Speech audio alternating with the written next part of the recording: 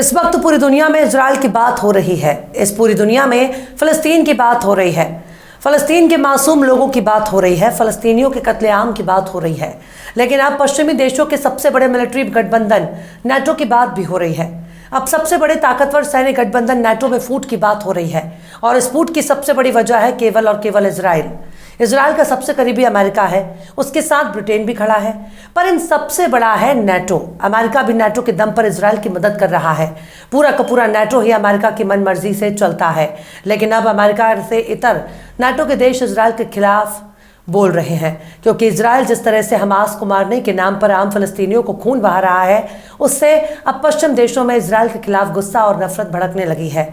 कई देश तो खुलकर इजराइल के खिलाफ हल्ला बोल रहे हैं। सबसे खास बात यह है कि नाटो रूस के खिलाफ बनाया गया था। आज बरसों बीत चुके हैं, पर रूस के खिलाफ नाटो कोई बड़ी कामयाबी हासिल नहीं कर सका। वहीं गजा में जिस तरह से लगातार इजराइल बमबारी कर रहा है, उससे नेतन्याहू की नीयत पर सवाल उठ रहा है। नाटो के कई देश इस वक्त इजराइल के खिलाफ सवालों के तीर दाग रहे हैं। यूरोप के कई देश खुलकर इजराइल की मुखालिफत कर रहे हैं। वहीं नाटो का सबसे अहम देश तुर्की शुरू से इजराइल के खिलाफ आग उगल रहा है। ऐसे में आगे चलकर इजराइल का अपना वजूद कहीं खतरे में ना पड़ जाए। मतलब इजराइल के सबसे बड़े हमदर्द देश के अब इजराइल के दुश्मन बनते जा रहे हैं। फलस्तीनियों के लिए नाटो और पूरी दुनिया में हमदर्दी बढ़ती जा रही है, जिसे रोक पाने में इजराइल और अमेरिका बिल्कुल नाकाम साबित हो रहा है। ऐसे में इस बात के कयास भी लगाए जा रहे हैं कि क्या इजराइल के चक्कर में नाटो आपस में बढ़ जाएगा? क्या इजराइल की वजह से नाटो में फूट पड़ जाएगी? क्योंकि अब हालात बंटवारे के जैसे नजर आ रहे हैं और नाटो में इतनी बगावत इजराइल के वजूद पर खतरा है। मतलब अमेरिका का सारा किया धरा बेकार होने जा रहा है और अब नाटो ही बनता जा रहा है इजराइल का काल। सलाम, नमस्ते, सत श्री अकाल। मैं हूं आपके साथ हर्षिता मिश्रा और आप देख रहे हैं टाइम्स मेल। नाटो यानी पश्चिमी देशों का एक ऐसा मिलिट्री संगठन जिसके पास कई देशों की सेना है, कई देशों की ताकत है, जिसके पास कई देशों के एयरफोर्स है, कयामत बरसाने वाले कई देशों की मिलिट्री है। ऐसे में अगर नाटो में दो फाड़ हो जाती है, इससे न सिर्फ अमेरिका कमजोर हो जाएगा बल्कि इजराइल का नामो निशान ही मिट जाएगा। इजराइल को मालूम है कि अमेरिका के बगैर उसका वजूद नहीं है और अमेरिका ही उसका सबसे बड़ा माई बाप है। ऐसे में अगर इजराइल के खिलाफ नाटो में ही दरार आ जाएगी, इसका सबसे बुरा असर इजराइल पर होगा और हो सकता है कि इजराइल कल को दुनिया के नक्शे से ही साफ हो जाए। आखिर कैसे इजराइल के खिलाफ नाटो में बढ़ने लगी तकरार, बताएंगे आपको और भी बहुत कुछ। लेकिन आप अगर हमारे चैनल पर नए हैं और पहली बार हमारे वीडियो को देख रहे हैं तो आप हमारे चैनल टाइम्स मेल को सब्सक्राइब कर लें, वीडियो को लाइक कर दें और बेल आइकन का नोटिफिकेशन बटन भी प्रेस कर दें ताकि बिना देरी हमारी हर खबर आपको मिलती रहे। लौटते हैं अब खबर की तरफ। इजराइल और हमास के जंग में इस वक्त आम फलस्तीनी आवाम पिस रही है। हमास पर हमला करने के नाम पर इजराइल सीधे तौर पर फलस्तीनियों को मार रहा है। अमेरिका के गोला बारूद से इजराइल पूरे गजा को खंडर में तब्दील कर चुका है। क्या स्कूल और क्या अस्पताल, मस्जिद, मदरसे, चर्च और स्कूलों पर अमेरिका के हथियारों से इजराइल हमला कर रहा है। एक तरफ हमास के साथ सीज फायर की कोशिश कर रहा है तो वहीं दूसरी तरफ हमास को जड़ से मिटाने की बात भी कर रहा है। ऐसे में इजराइल की कथनी और करनी में बहुत फर्क देखने को मिल रहा है। इजराइल पूरे गजा पर अपना कब्जा चाहता है। एक तो पहले ही उसने फलस्तीन पर कब्जा करके अपना वजूद कायम किया। ऐसे में इजराइल की हरकत अब उसी पर भारी पड़ती जा रही है। नाटो कई देश कह रहे हैं कि अब बहुत हो चुका है, अब इजराइल को पीछे हट जाना चाहिए। लेकिन नेतन्याहू के कंधे पर अमेरिका का हाथ होने की वजह से इजराइल के हौसले बुलंद हैं। एक तरफ नाटो का सबसे अहम सहयोगी तुर्की की नज़र में हमास एक फ्रीडम फाइटर है, तो वहीं दूसरी तरफ इजराइल और अमेरिका की नज़र में हमास एक आतंकी संगठन है। तुर्की ने खुलेआम हमास का समर्थन किया। नाटो के इतने बड़े देश ने अगर हमास को फ्रीडम फाइटर मान लिया है तो फिर बचता ही क्या है। वहीं नाटो का दूसरा सहयोगी फ्रांस भी कह रहा है कि अब बहुत हो चुका, इजराइल को अब रुक जाना चाहिए। फ्रांस ने सीधे कह दिया कि इजराइल ने बहुत खून बहा दिया है और अब इजराइल को रुक जाना चाहिए। नाटो को सहयोगी स्पेन भी कह चुका है कि गजा में इजराइल ठीक नहीं कर रहा। वहीं इसके साथ ही इटली खुलकर फलस्तीन के साथ खड़ा है। इटली बाकायदा मांग कर रहा है कि फलस्तीन को उसका हक मिलना चाहिए। वो फलस्तीन को देश बनाने की मांग कर रहा है। मतलब इजराइल के इतने बड़े सहयोगी कल तक उसके साथ खड़े थे, लेकिन अब फलस्तीन के साथ खड़े हैं। यानी फ्रांस, स्पेन, इटली और तुर्की सीधे सीधे इजराइल को लाल लाल आंख दिखा रहा है। लेकिन इजराइल के खिलाफ नाटो देशों का गुस्सा सिर्फ इजराइल के खिलाफ ही नहीं है बल्कि इसे अमेरिका के खिलाफ भी माना जाएगा, क्योंकि इजराइल जो कुछ भी कर रहा है उसके पीछे अमेरिका खड़ा है। अमेरिका लगातार इजराइल को हथियारों से मदद कर रहा है। मिलिट्री मदद पाकर ही इजराइल मिडिल ईस्ट में अपनी दादागिरी दिखा रहा है। ऐसे में फ्रांस, स्पेन, इटली और तुर्की एक साथ अमेरिका को चुनौती देते नजर आ रहे हैं। इसके साथ ही सबसे खास बात यह भी है कि नाटो में अमेरिका अलग राय रखने का मतलब ही है नाटो में बगावत। नाटो में इस बगावत के लिए अगर कोई जिम्मेदार है तो केवल इजराइल को ही जिम्मेदार माना जा रहा है। खासकर अमेरिका की वजह से ही इजराइल के खिलाफ नाटो देशों के भीतर इतना गुस्सा देखा जा रहा है। उसकी एक वजह यूक्रेन और रूस की जंग भी है, जहां नाटो को यूक्रेन में कूदना पड़ा। उसके लिए भी अमेरिका जिम्मेदार है। और सबसे गौर करने वाली बात यह है कि गजा में इजराइल की वजह से अमेरिका फिलिस्तीनियों पर आग बरसा रहा है। मतलब अमेरिका की वजह नाटो पर इजराइल की मदद का दबाव बन रहा है।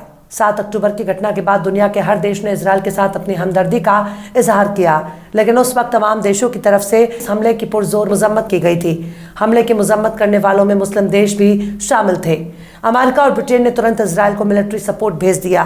अमेरिका और ब्रिटेन ने अपना अपना जंगी बड़े मिडिल ईस्ट में इजराइल की मदद के लिए भेज दिया। नाटो भी इजराइल के साथ कंधे से कंधा मिलाकर मदद के लिए तैयार हो गया। ऐसा लगने लगा कि पूरा नाटो ही इजराइल के साथ जंग में कूद जाएगा। लेकिन जैसे ही गजा में इजराइल ने आम लोगों को मारना शुरू किया, जैसे इजराइल ने हमास से लड़ने के नाम पर फिलिस्तीनियों का कत्लेआम शुरू किया, जैसे ही गजा में नरसंहार की तस्वीरें पूरी दुनिया में फैलने लगी, उसे देखकर पूरी दुनिया कांप उठी।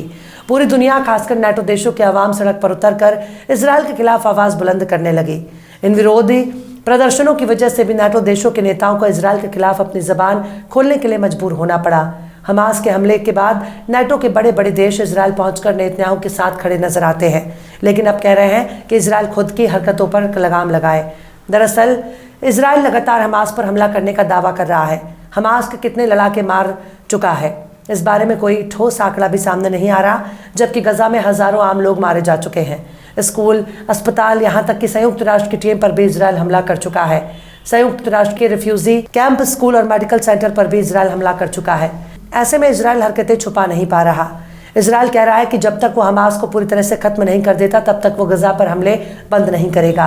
नाटो का सबसे खास सदस्य फ्रांस ने इजराइल को साफ तौर पर कह दिया कि हमास से जंग लड़ने के नाम पर हमला कैसे कर सकता है, कैसे पूरे गजा को निशाना बना सकता है, यहाँ तक कि हमास के नाम पर आम लोगों को कैसे मार सकता है। फ्रांस के राष्ट्रपति इमैनुअल मैक्रो ने साफ साफ पूछा है कि आखिर इजराइल इस जंग से क्या हासिल करना चाहता है। मैक्रो ने कहा कि अगर हमास को खत्म करना ही इजराइल का मकसद है तो अगले 10 साल तक जंग खत्म ही नहीं होगी। मैक्रो ने सवाल किया कि क्या इजराइल 10 साल तक ऐसे ही बमबारी करता रहेगा। मैक्रो ने कहा कि हमास को खत्म करने का क्या मतलब है, क्या ऐसा मुमकिन है? ऐसे तो इजराइल 10 साल तक जंग जारी रखेगा। इजराइल को अपनी मंशा जाहिर करनी चाहिए। सबसे हैरानी की बात यह है कि इजराइल पर हमले के बाद यही इमैनुअल मैक्रो कह रहे थे कि जिस तरह से ISIS से लड़ने के लिए पूरी दुनिया एक हो गई थी, ठीक उसी तरह से हमास से लड़ने के लिए भी सबको एक साथ आना चाहिए। लेकिन अब फ्रांस के सुर बदल गए हैं। नाटो का सबसे खास मेंबर तुर्की तो पहले दिन से ही इजराइल के खिलाफ खड़ा है। रजब तैयब अर्दगान ने नेतन्याहू के चोर और हत्यारे भी कह दिया। तुर्की तमाम मुस्लिम देशों को एकजुट होकर इजराइल को सबक सिखाने की मांग कर चुका है। स्पेन भी कह चुका है कि गजा में इजराइल मानवाधिकार का पालन नहीं कर रहा। नाटो का सदस्य इटली भी इस जंग के खिलाफ है। दरअसल नाटो चारों तरफ से खुद ही फंस चुका है। उसका पूरा ध्यान अब तक यूक्रेन पर था, लेकिन हमास के हमले के बाद उसे इजराइल की तरफ प्यार भरे नजरों से देखना पड़ा। अमेरिका अभी भी नाटो को यूक्रेन में फंसा चुका है। वहीं रूस ने नाटो और अमेरिका का बाजा बजा दिया। ऐसे में अगर यूक्रेन से हटकर नाटो ने इजराइल की मदद के लिए जाना पड़ा तो यूक्रेन पर रूस का कब्जा हो जाएगा और ऐसे में रूस पूरी जंग का पासा पलट सकता है, जो नाटो के लिए बहुत ही खतरनाक साबित होगा। अगर रूस ने यूक्रेन का जंग जीत लिया तो नाटो कहीं भी मुंह दिखाने लायक नहीं रहेगा। नाटो को इस बात का भी डर सता रहा है कि अगर तुर्की, ईरान और कतर जैसे देशों ने इजराइल के खिलाफ धावा बोल दिया तो रूस के साथ चीन और नॉर्थ कोरिया को इजराइल के खिलाफ जंग में कूदने से कोई नहीं रोक सकता। ऐसे इजराइल के खिलाफ गोलबंदी शुरू हो गई तो नाटो को कई मोर्चा पर जंग लड़ना होगा। यहाँ तक कि जो तेल दूसरे देशों के जरिए पहुंच रहा है वो सप्लाई भी बंद हो जाएगी। इजराइल की जंग नाटो को परेशानी में डाल सकती है। नाटो के देशों में लगातार बगावत की खबरें आ रही हैं, जो नाटो के लिए बिल्कुल भी ठीक नहीं है। फिलहाल इस वीडियो में बस इतना ही। ये वीडियो आपको कैसा लगा कमेंट बॉक्स में आप जरूर बताइएगा। वीडियो पसंद आए तो आप लाइक करें। हमारे वीडियो लिंक को फेसबुक, ट्विटर, व्हाट्सएप पर अपने रिश्तेदार, यार, दोस्तों को भी शेयर करें और बेबाक, निष्पक्ष, स्वतंत्र पत्रकारिता को सपोर्ट करने के लिए आप हमारे चैनल टाइम्स मिल को जरूर से सब्सक्राइब करें और हाँ, बेल आइकन की घंटी वाली बटन भी आप जरूर से दबा दें ताकि आपको हमारे आने वाले नए वीडियो का नोटिफिकेशन फौरन ही मिल जाए। फिर मिलता है किसी और वीडियो में एक नई खबर के साथ। हर्षिता मिश्रा को दीजिए इजाजत। जय हिंद। तो देख लिया आपने हमारे इस वीडियो को। हमें उम्मीद है कि आपने हमारे वीडियो को लाइक किया होगा और दूसरों को भी शेयर किया होगा।